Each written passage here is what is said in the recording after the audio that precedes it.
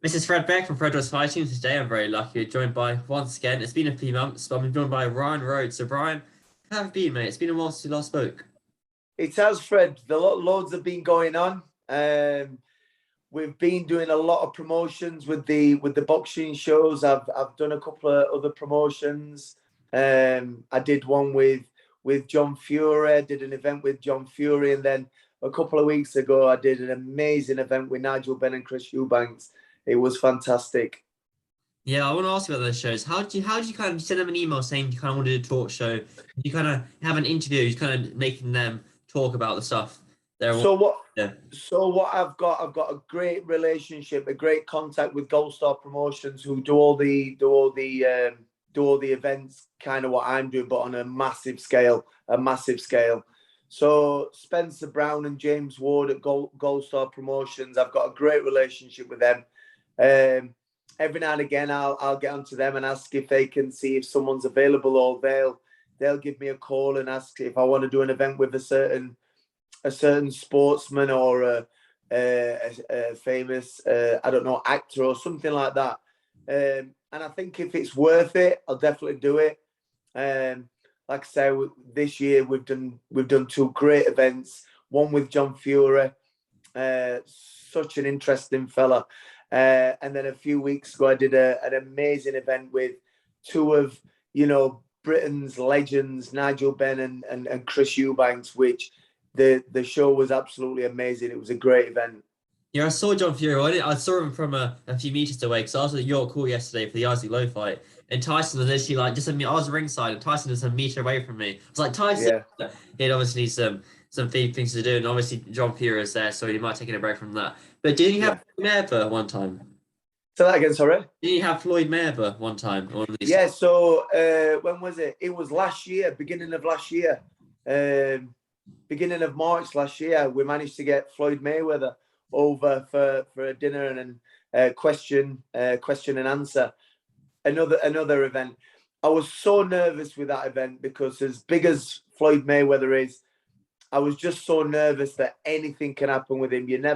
He's so unpredictable.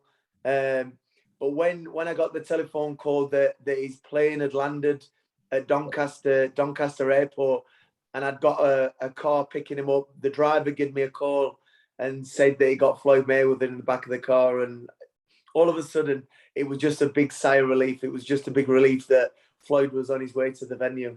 why were you worried he might be late or not turn up or something? Yeah, not turn up, be late, anything can happen. I think such as a name like Floyd Mayweather, um, anything can happen. Anything can happen.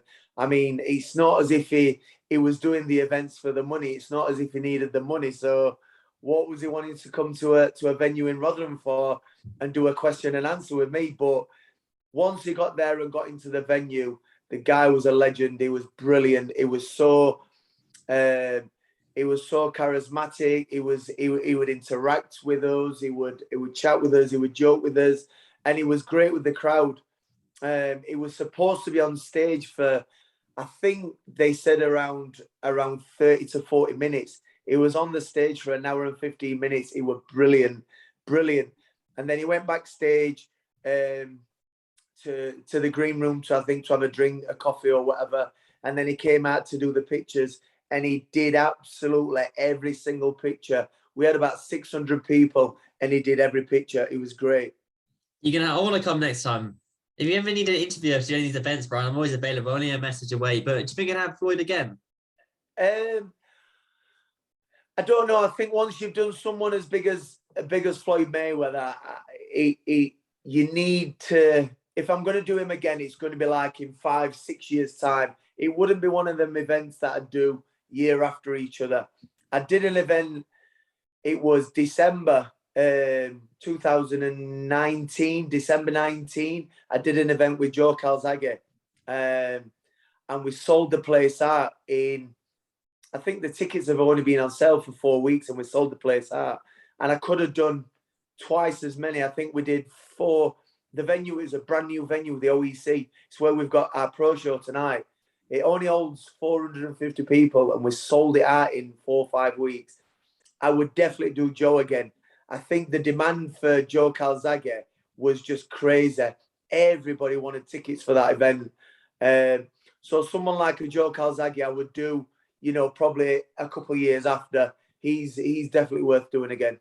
I can imagine I could ask you, name 5 people you would like to have on these events. So obviously, some of these people might not be possible, but have you got any possibilities for anyone else coming on? He's quite big and well known.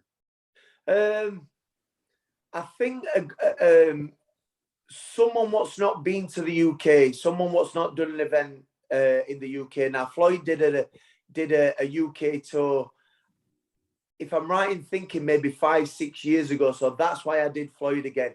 If I was going to do someone in the UK, I'd like to do someone who's not been to the UK, someone who's a superstar, someone, I don't know, a Michael Jordan, someone like that, someone like boxing wise. I know Manny Pacquiao's been to the UK, but he's never done like a dinner question and answer event. Maybe a Manny Pacquiao would be a good one. He can speak English, you can understand what he's saying. He's a legend of the game. So I think for boxing, I think Manny Pacquiao would be a good one. Michael Jordan would be definitely a good one. Who else would be a good one? Yeah, just someone who's not been to the UK and done an event. I think they're great shows. Well, I love doing them. Well, you did get Floyd Mayweather, so he's one of the biggest boxers of all time. So probably you can really get anyone. But what about Mike Tyson, or is he harder to get than? I think the problem, Mike Tyson's been to the UK quite a few times and done events. If I'm not mistaken, I mean, Mike Tyson would be definitely, because he's not been to the UK for over 10 years now, I believe. So he would be a great one. But if I'm not right, I might be wrong in saying this, but I think with Mike Tyson's issues when he went to prison, I think the UK laws have changed quite a bit. So I'm not sure whether you would have to apply for Mike Tyson, like you have to jump through hoops to get Mike Tyson because of his previous record. So I think with Mike Tyson, there's a lot more to it than just bringing him to the UK. But Mike Tyson definitely would be another one because he's not been to the UK and done an event in over 10 years. I was on the top table with Mike Tyson in Derby when Clifton Mitchell brought him over, probably 10 or 11 years ago, and he was great. It was an absolute legend, so funny. The stories he has, he just grabs you. He just grabs you because, I mean, he was one of my idols growing up. When Mike Tyson was flying in the early 90s, late 90s, he was a legend. He was an absolute superstar. But he would be a great dinner event. Do you ever listen to his podcast? Because he always has a bunch of stories in there. Yeah, I love him. I love listening to him. All they do is smoke and just talk about absolutely everything. But yeah, I love listening to Mike Tyson. He's one of them his stories are just overwhelming. You can just imagine what he's been through when he was growing up as a 13, 14-year-old. What he must have seen growing up was amazing. And, to where he was, what he went through and where he is today, I mean, even he says it himself, if it wasn't for boxing, he wouldn't be alive today. He wouldn't be alive. So that's just a great story in itself. Yeah, certainly. His podcast is called Hot Boxing and Mike Tyson. It is good listen. What about getting Canelo over? I know his English is getting a lot better, and he has a respect for you because he shared the ring with him. That might be a see though, because maybe not anyone can get him, but we'll have more chance getting him because you fought him and you have their respect. Yeah, I think his English is definitely getting better. He's definitely getting better. He's using more and more swear words all the time. So, but his English is getting better. I think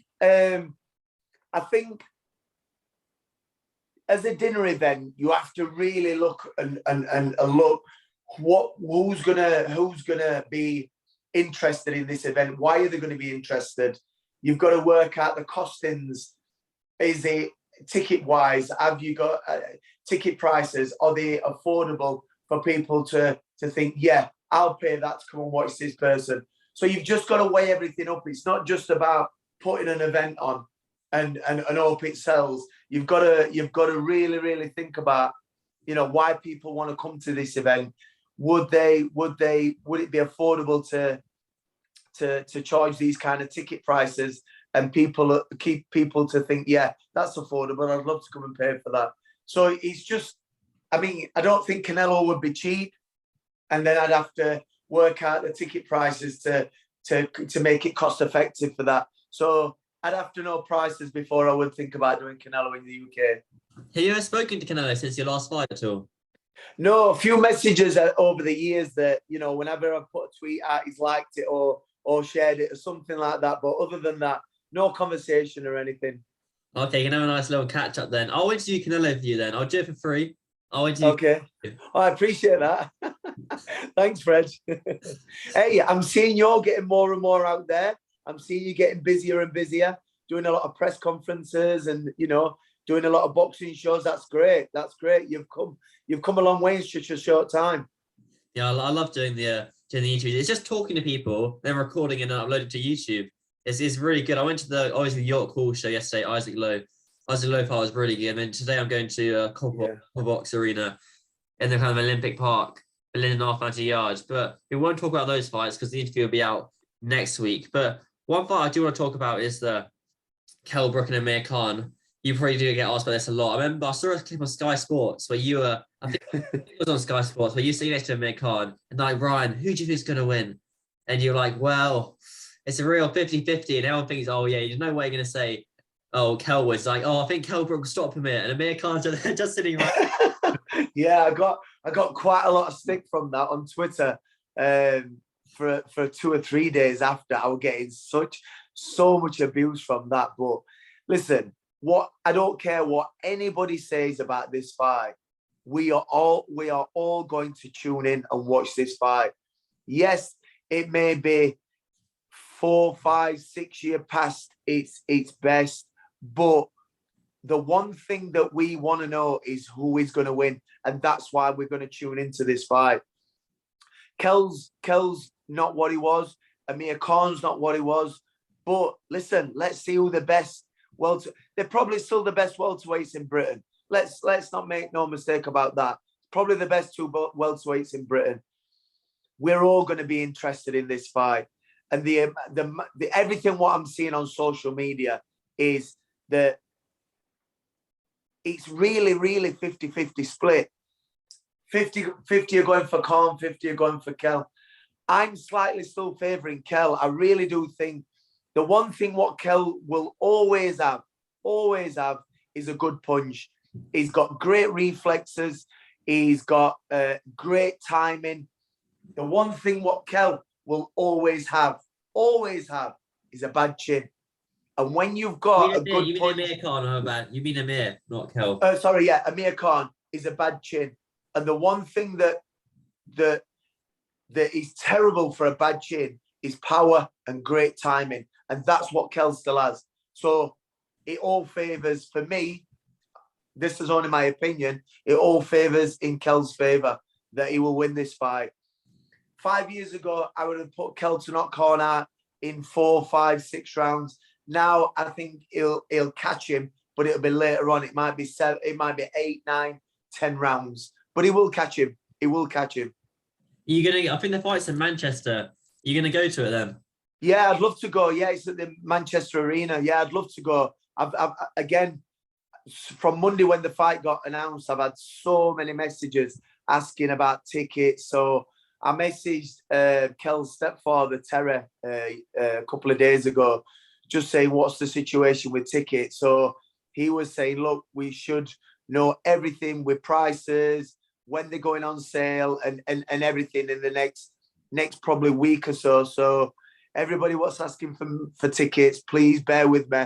I have asked the question, but it's going to be in a week's time when tickets go on sale, I think.